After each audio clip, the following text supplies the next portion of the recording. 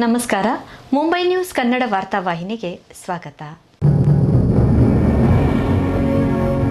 ಜಗಜ್ಯೋತಿ ಕಲಾವೃಂದ ಮುಂಬೈ ಇದರ 30ನೇ ವಾರ್ಷಿಕೋತ್ಸವ ಹಾಗೂ ಪ್ರಶಸ್ತಿ ಪ್ರದಾನ ಕಾರ್ಯಕ್ರಮವು ಡೊಂಬಿವಲಿ ಪೂರ್ವ ಠಾಕೂರ್ ಸಭಾಗೃಹದಲ್ಲಿ ಇತ್ತೀಚೆಗೆ ನಡೆಯಿತು. ಪ್ರಾರಂಭದಲ್ಲಿ ಜಗಜ್ಯೋತಿ ಕಲಾವೃಂದದ ಅಧ್ಯಕ್ಷ ವಸಂತ್ ಸುವರ್ಣ ಸ್ವಾಗತಿಸಿ ಪ್ರಸ್ತಾವನೆಗೈದರು. ಈ 30 ವರ್ಷದ ಸುದೀರ್ಘ ಕಾಲದಲ್ಲಿ ಜಗಜ್ಯೋತಿ ಕಲಾವೃಂದ ಬಹಳಷ್ಟು ಸಾಹಿತ್ಯಿಕ, ಸಾಮಾಜಿಕ, ಶೈಕ್ಷಣಿಕ ಕಾರ್ಯಕ್ರಮಗಳನ್ನು ಹಮ್ಮಿಕೊಂಡಿದೆ. ಶ್ರೀಮತಿ ಸುಶೀಲಾ ಶೆಟ್ಟಿ ಸ್ಮಾರಕ ಅಂತರ್ಶಾಲಾ ಪ್ರತಿಭಾ ಸ್ಪರ್ಧೆ ಸುಮಾರು 20 ವರ್ಷಗಳ ಹಿಂದಿನಿಂದ ಅದನ್ನು ಸತತವಾಗಿ ನೆರವೇರಿಸುತ್ತಾ ಬಂದಿದ್ದೇವೆ.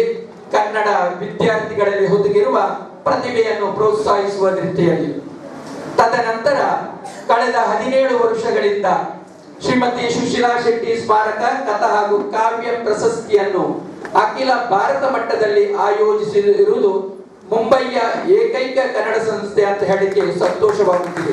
ಈ ಸಂದರ್ಭ ಸುಶೀಲಾ ಸೀತಾರಾಮ್ ಶೆಟ್ಟಿ ಸ್ಮಾರಕ ಕಥಾ ಹಾಗೂ ಕಾವ್ಯ ಪ್ರಶಸ್ತಿಯನ್ನು ಕ್ರಮವಾಗಿ ಅಂಜಲಿ ಎಂ ತೊರವಿ ಹಾಗೂ ಅನಿತಾ ಪೂಜಾರಿ ತಾಕೊಡೆ ಅವರಿಗೆ ನೀಡಲಾಯಿತು. ಕಥಾ ಪ್ರಶಸ್ತಿ ಪಡೆದ ಅಂಜಲಿ ತೊರವಿ ಹಾಗೂ ಕಾವ್ಯ ಪ್ರಶಸ್ತಿ ಪಡೆದ ಅನಿತಾ ಪೂಜಾರಿ ತಾಕೊಡೆ ಅವರ ಅನಿಸಿಕೆ ಹೀಗಿತ್ತು. ಪರೋಕ್ಷವಾಗಿ ಪ್ರತ್ಯಕ್ಷವಾಗಿ ಪ್ರೋತ್ಸಾಹಿಸಿದಂತ ಎಲ್ಲ ಕನ್ನಡ ಅಭಿಮಾನಿಗಳಿಗೂ ನನ್ನ ಹೃತ್ಪೂರ್ವಕ ವಂದನೆಗಳು. ಇಂದಿನ ನನ್ನ ಖುಷಿಗೆ ಜಗಜ್ಯೋತಿ ಕಲಾವೃಂದವೇ ಕಾರಣ. ಇದು ಬರೀ ಸನ್ಮಾನವಲ್ಲ, ಓರ್ವ ಬರಹಗಾರ್ತಿಯ ಬರಹಕ್ಕೆ, ಅವರ ಶ್ರಮಕ್ಕೆ ಸಂದ ಗೌರವ.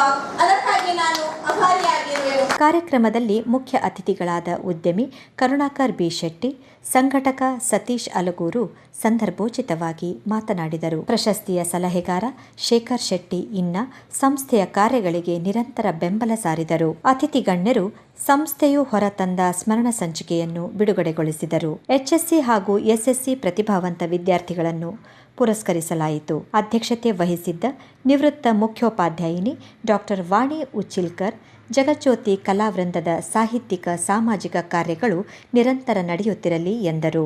ಕಾರ್ಯವೈಖರಿಯ ಸಿಂಹಾಲೋಕನ ಮಾಡುವಾಗ ನಿಜವಾಗಿಯೂ ಮನಸ್ಸಿಗೆ ಬಹಳ ಸಂತೋಷವಾಗುತ್ತದೆ. ಇಂತಹ ಕಾರ್ಯವೈಖರಿ ಮುಂಬೈ ಕನ್ನಡ ಸಂಘ ಸಂಸ್ಥೆಗಳಲ್ಲಿ ಎಲ್ಲಿಯೂ ಇಲ್ಲ. ಸಂಸ್ಥೆಯ ಪದಾಧಿಕಾರಿಗಳು ವೇದಿಕೆಯಲ್ಲಿದ್ದರು. ನಿವೃತ್ತ ಶಿಕ್ಷಕ ಸನತ್ ಕುಮಾರ್ ಜೈನ್ ಕಾರ್ಯಕ್ರಮ ನಿರೂಪಿಸಿ ವಂದಿಸಿದರು. ಬಳಿಕ ಡೊಂಬಿವಲಿಯ ವಿವಿಧ ಸಂಸ್ಥೆಯ ಸದಸ್ಯರು ಸಾಂಸ್ಕೃತಿಕ ಕಾರ್ಯಕ್ರಮ ನಡೆಸಿಕೊಟ್ಟರು. ಕ್ಯಾಮರಾ ಸಹಪಾಠಿ ಇನ್ನಂಜೆ ಜಯರಾಮ್ ಜೊತೆ ಸವಿತಾ, ಮುಂಬೈ ನ್ಯೂಸ್ಗಾಗಿ.